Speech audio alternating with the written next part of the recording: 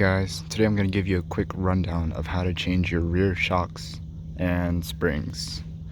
These are Bilstein shocks and H&R sport springs, and the Denon supplemental ride quality kit, which you do not need to use with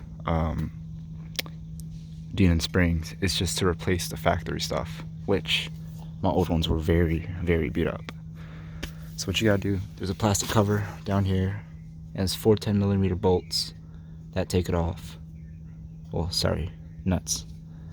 Take that off, and then you can access these two bolts. But first, what I did, you take your jack and you put some pressure right here. Make sure to avoid the spot because, well, you want to jack up the lower control arm, not the, what is this, a knuckle? I don't know.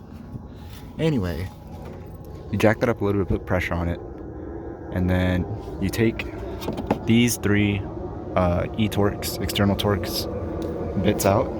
What size are they? I don't remember. Ah, okay, it's a E12. So you take those out. Wait, what are these? Bring these with me. And I didn't have the exact sockets to remove one of them. Oh yeah, that's the one. So for this one, for this back one, is an 18mm. That's the correct socket. That's what you need. For this front one right here, it's a 21mm, I believe, but a 13/16 work perfectly fine as well. Like, as you can see, it fits very, very snug.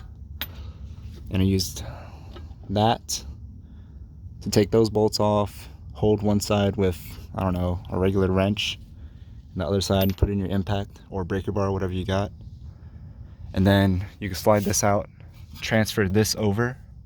There's a little plastic cover on top. You just pop it off with a screwdriver. And I used a pair of vice grips and some rubber gloves. I grabbed the strut rod thing and held that and used my impact to take the little top nut off. I believe, what was it?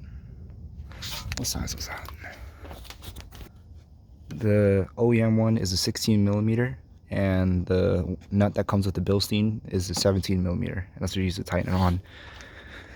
I just did the reverse of the install from that point on, and yeah, that's pretty much it. You just install everything else in the reverse order. Oh yeah, the spring. Just transfer the stuff from your old spring to your new spring. There's a little button on the bottom right here, and that just goes back into that spot towards the front, and you can see that little nub right there.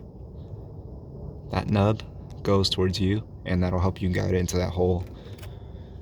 But yeah, that's how you do it, if anybody was confused.